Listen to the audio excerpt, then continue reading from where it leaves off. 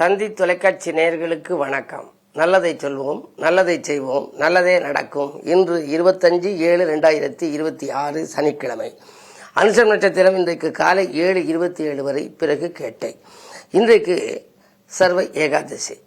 விஷ்ணுவை நாம் வழிபட வேண்டும். பொதுவாகவே கிழமையும் சனிக்கிழமை. எனவே இன்று விஷ்ணு, இலக்குமி, அனுமனை வழிபட்டால் நல்லது நடக்கும். இன்றைக்கு நான் உங்களுக்கு சொல்ல இருக்கிற நல்ல கருத்து, ஒவ்வொருத்தருக்கும் எவ்வளவோ பிரச்சனை. இந்த உலகத்தில் பிறந்த நமக்கு ஒருத்தருக்கு என்ன தொழில் செய்கிறது, ஒரு சிலர் தொழிலை எப்போ நம்ம தொடங்குறது, ஒரு சிலர் வேலையில் இருக்கலாமா, ஒரு சிலர் புது வேலைக்கு அப்ளிகேஷன் போடலாமா, அப்படியெல்லாம் பலவிதமான சிந்தனைகள். இந்த கேள்வி கணைகள் இருக்கே, இதுகளுக்கெல்லாம் விடை கூறும் விதத்தில் இந்த நட்சத்திரத்தில் நீங்கள் இதை செய்தால் உங்களுக்கு வெற்றி கிடைக்கும் அப்படின்னு சொல்லி அந்த காலத்திலேயே ஞானிகள் எழுதி வைத்திருக்கிறார்கள். பொதுவாக எத்தனை பிரச்சனை பாருங்க. ஒருத்தருக்கு வீடு கட்ட தொடங்குறாருன்னு வச்சுங்க, முதல்ல வீடு கட்டுறதுக்கு அந்த அஸ்திவாரம் போடுறதுக்கு நாள் பார்க்கணும். அதுக்கப்புறம் இந்த வீடு வாங்குறான்னு வச்சுங்க, வாங்கி குடியேறதுக்கு நாள் பார்க்கணும். புதுமனை புகுவிழா அப்படிங்கிறதுக்கு பார்க்கணும். இப்போ திருமணம்னு எடுத்துக்கணும்னா திருமணம் பேசி முடிக்கிறதுக்கு ஒரு நாள், நிச்சயதார்த்தம் பண்ணுறதுக்கு ஒரு நாள், தாலி வாங்குறதுக்குன்னு ஒரு நாள். தாலி நம்ம செய்கிறோம் இல்லையா, கடையில் போய் ஒன்று செய்வாங்க அல்லது வாங்குவாங்க, அதுக்கு நாள் பார்க்கணும். அப்புறம் தாலி கட்ட நாள் பார்க்கணும், சாந்தி முகூர்த்தத்துக்கு நாள் பார்க்கணும். அதே மாதிரி அவங்கள தனி குடித்தன வைக்கிறதுக்கு நாள் பார்க்கணும். ஒவ்வொரு நிகழ்ச்சிகளுக்கும் நம்ம நல்ல நேரம் நல்லா இருக்கான்னு பார்க்கணும். தொழில்னு எடுத்துக்கணும்னா தொழில் தொடங்குறதுக்கு ஒரு நேரம், உத்தியோகம்னா அதில் சேர்றதுக்கு ஒரு நேரம் பார்க்கணும். அயல்நாடு போகணும் அப்படின்னா நல்ல நேரம் பார்த்து போனால் தான் அங்கேருந்து குடியுரிமை கிடைத்து நம்ம நீடிச்சு இருக்கலாம், சம்பாதிக்கலாம். ஆக இப்படி எடுத்து பார்க்கின்ற பொழுது அனைத்திற்குமே நமக்கு இந்த நேரம் முக்கியமாக இருக்குது. நாள் செய்வதை நல்லவன் செய்ய மாட்டான், கோல் செய்வதை கொடுப்பவன் செய்ய மாட்டான்ங்கிறது ஒரு பழமொழி. அந்த அடிப்படையில் பார்த்தோம் அப்படின்னா அந்த 27 விண்மீன்களுக்கும் அழகான ஒரு பாடல் கூட உண்டு. மனை கட்டி குடியேற முதலாம் விண்மீன். இது மட்டும் இல்லை, மற்ற காரியங்களும் செய்யலாம். அதை பெரிதொரு முறை உங்களுக்கு சொல்கிறேன். மனை கட்டி குடியேறணும் அப்படின்னா அந்த இடம் வாங்குறதுக்கோ அல்லது குடியேறதுக்கோ புதுமணி புகுவிழாவுக்கோ முதல் விண்மீனை தேர்ந்தெடுக்கலாமா. முதல் விண்மீன் எது? அஸ்வதி, பரணி, கார்த்திகை, ரோகிணி, மிருகசீஷம், திருவாதிரை, புனர்பூசம், பூசம் அப்படின்னு வருது இல்லையா. இந்த 27 நட்சத்திரத்தில் முதல் விண்மீன் எது அப்படின்னா அஸ்வதி. கவிஞர் கண்ணதாசன் பிறந்த நட்சத்திரம் அஸ்வதி. பொதுவாக கேதுவினுடைய கால் இருந்தாலும் கூட அந்த கேது திசைக்கு அடுத்தது சுக்கிரசை வந்துடும் அவங்களுக்கு. ஆகையினாலே இந்த மனை கட்டி குடியேறணும், சொத்து சம்மந்தப்பட்டது, பூமி சம்மந்தப்பட்டது, வாங்க விற்க, இதுகளுக்கெல்லாம் அன்னைக்கு சித்த யோகமும் இருக்கணும், நல்ல நேரமும் இருக்கணும், கரிநாளாக இருக்கக்கூடாது. இருந்தாலும் நட்சத்திரம்னு எடுத்துக்கிட்டோம்னா அசுவதியாக இருந்தால் மனை கட்டி குடியேற முதலாம் விண்மீன், மாடு வாங்க ஆடு வாங்க இரண்டாம் விண்மீன். வீட்டில் நம்ம விலங்கு வளர்க்குறோம், மாடு வளர்க்குறோம், பசு வளர்த்து பால் கறந்து அதில் நம்ம வியாபாரம்லாம் சில பேர் செய்வாங்க. அப்படி மாடு மாதிரி மாடெல்லாம் வாங்கணும் அப்படின்னா அதற்கு உகந்த நட்சத்திரம் எதுனா பரணி நட்சத்திரம்.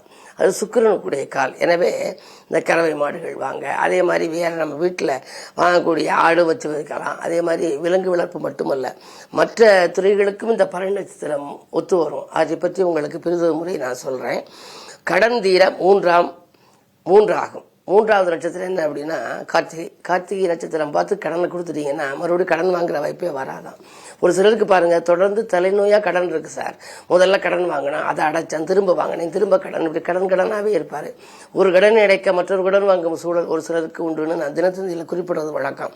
அப்படி கடனை முழுமையாக கொடுத்து செட்டில் பண்ணா ஓரளவுக்காவது உங்களுக்கு நிம்மதி கிடைக்கும்னா கார்த்திகை நட்சத்திரத்தை அன்றைக்கு நீங்க கொடுக்கலாம்.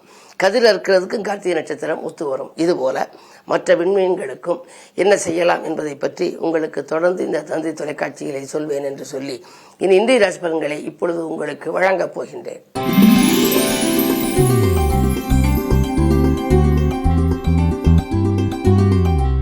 மேசராசி நேயர்களே, உங்களுக்கு இன்று சந்திராஷ்டமம். எனவே நீங்கள் எதை செய்தாலும் கொஞ்சம் யோசித்து செய்ய வேண்டும். அது மட்டுமல்ல, அருகில் இருப்பவர்களையும் கொஞ்சம் அனுசரித்துக் கொள்ளுங்கள், கோபத்தை குறைத்துக் கொள்ளுங்கள். இருப்பு தொகை கொஞ்சம் கரையலாம்.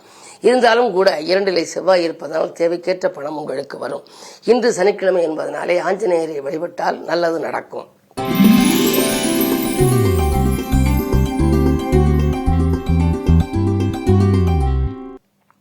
ரிஷபராசினியர்களே, உங்களுக்கெல்லாம் துணிந்து முடிவெடுத்து துயரங்களை வெளியேற்றிக் கொள்கின்ற நாள்.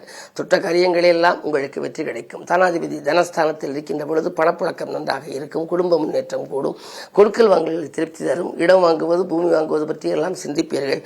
தொழில் உத்தியோகம் சிறப்பாகவே இருக்கும். இந்த நாள் நல்ல நாள்.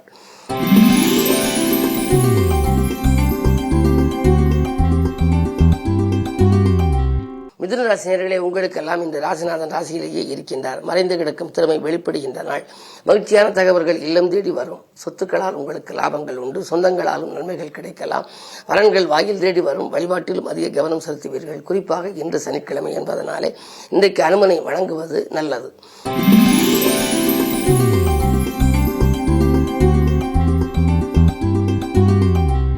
கடகராசினியர்களே, உங்களுக்கு குரு உச்சம் பெற்று சூரியனோடு இணைந்து உங்கள் ராசிகளை சஞ்சரிக்கின்றார். எனவே உங்களுக்கு இன்று பாதியில் இந்த பணி மீதியும் முடிகின்ற நாள். பக்கபலமாக நண்பர்களும் இருப்பார்கள், உறவினர்களும் இருப்பார்கள். கூட்டு முயற்சியிலிருந்து விலகி தனித்து இயங்கலாமா என்று சிந்திப்பீர்கள். அயல்நாடு செல்லும் வாய்ப்பு கூட ஒரு சிலருக்கு உண்டு. இடமாற்றங்கள், வீடு மாற்றங்கள் பற்றி சிந்திக்கின்ற நேரம். குழந்தைகளின் எதிர்கால நலங்கிறது நீங்கள் திட்டமிட்டவைகள் எல்லாம் இன்று வெற்றி பெறும்.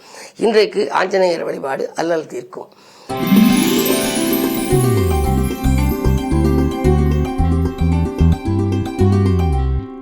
சிம்மராசினியர்களே, உங்களுக்கு ராசியிலேயே கேது. பொதுவாகவே கேது என்றாலே ஞானகாரகன், ஞானத்தை வெறுத்திப்பவன். எனவே இன்றைக்கு ஆன்மீக நாட்டம் உங்களுக்கு கொஞ்சம் கூடுதலாகவே இருக்கும்.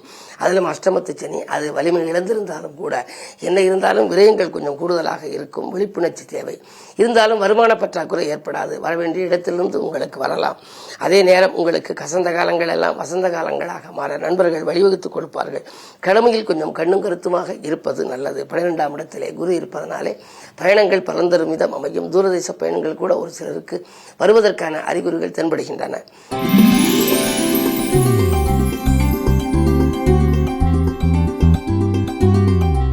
கன்னிராசினியர்களே, உங்களுக்கெல்லாம் இன்று எண்ணங்கள் எல்லாம் எளிதில் நிறைவேறுகின்ற நாள்.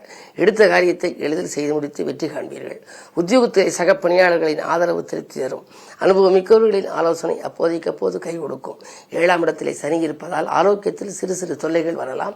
மாற்று மருத்துவம் உடல்நலத்தை சீராக்கும். ஆகாரத்தில் கட்டுப்பாடு செலுத்தினாலே ஆரோக்கியம் சீராக அமையும். பயணங்களை திடீரென மாற்றி அமைத்துக் கொள்வீர்கள். இருந்தாலும் இன்றைக்கு உங்களுக்கு செவ்வாய் 9இல் இருப்பதனாலே பூர்வீக சொத்துக்களால் உங்களுக்கு லாபம் உண்டு. துலாம் ராசினியர்களே, அஷ்டமத்தில் செவ்வாய் அடியெடுத்து வைத்திருப்பதனாலே ஆரோக்கிய தொல்லைகள் கொஞ்சம் வரலாம். எதையும் கொஞ்சம் நிதானித்து செய்வது நல்லது. இருந்தாலும் 9ஆம் இடத்திலே உங்களுக்கு புதன் இருப்பதால் மாமன் மைத்துன வழியில் மனதிற்கினிய சம்பவம் நடைபெறும். 10இல் உள்ள குருவாலை பதவியில் மாற்றம், உயர் பதவிகள் கிடைக்கலாம் அல்லது சம்பள உயர்வுகள் கிடைக்கலாம். உத்தியோகத்தில் மேலதிகாரிகள் உங்களுக்கு இணக்கமாக நடந்து கொள்வார்கள். இந்த மாலை நேரம் மகிழ்ச்சியான தகவல் கிடைக்கும்.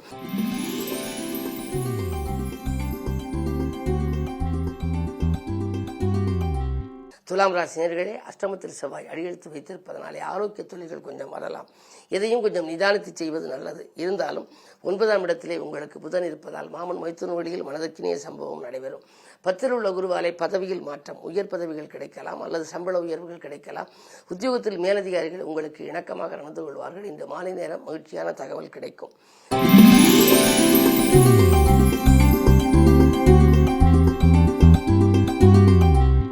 விருச்சிக ராசினியர்களே, உங்களுக்கெல்லாம் நினைத்தது நிறைவேறுகின்ற நாள். நீடித்த நோய் அகலும்.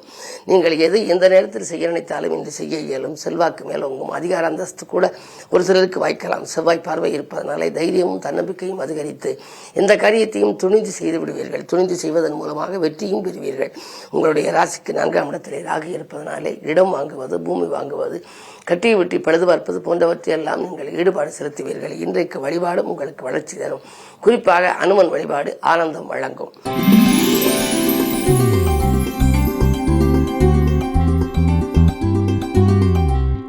தனுசு ராசினியர்களே, உங்களுக்கெல்லாம் இன்று கல்யாண முயற்சிகள் கைகூடுகின்ற நாள். கடமையை செவ்வனே செய்து முடித்து வெற்றி காண்பீர்கள்.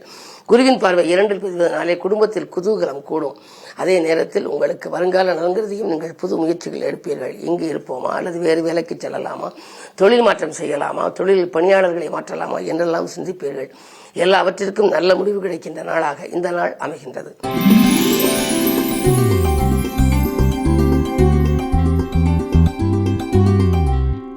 மகர ராசினியர்களே, இன்று அதிகாலையிலேயே நீங்கள் ஆனைமுக பெருமானையும் பிறகு அனுமனையும் பிறகு சனி பகவானையும் வணங்க வேண்டும். காரணம், உங்கள் ராசியை கூறு பார்த்தாலும் உங்கள் ராசிக்கு 2ஆம் இடத்தில் ராகு, அஷ்டமத்தில் கேது இருக்கின்றார். எனவே ஆன்மீகத்தின் மூலமே இன்றைக்கு நீங்கள் லௌகீகத்தை சிறப்பாக அமைத்துக் கொள்ள இயலும். கடல் தாண்டி செல்லக்கூடிய அழைப்புகள் வருமா என்று சிந்தித்தவர்களுக்கு இன்று அயல் நாட்டில் உள்ள நல்ல நிறுவனங்களிலிருந்து கூட அழைப்புகள் வரலாம். தசாபுத்தி பலம் பெற்றவர்கள் அதை தேர்ந்தெடுத்துக் கொள்ளலாம். பிரச்சனைகள் படிப்படியாக தீரும். பிரியமானவர்களின் நட்பு மேலும் தொடரும். அதே நேரத்தில் 2இல் ராகு இருப்பதனாலே பொருளாதார பிரச்சனை அகலும். இன்று நல்ல நாள்.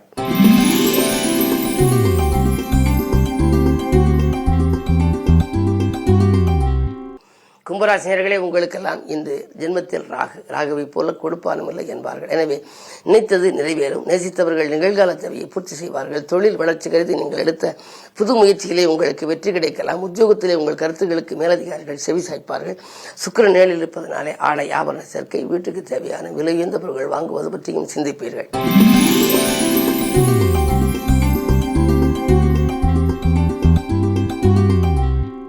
மீனராசினியர்களே, உங்களுக்கு இன்று மிகச்சிறந்த நாள். பயணங்களால் பலன் கிடைக்கின்ற நாள். பாகப்பிரிவினைகள் சுமூகமாக முடியும். எந்த நேரம் நீங்கள் செய்ய நினைத்தாலும் அதை செய்ய இயலும்.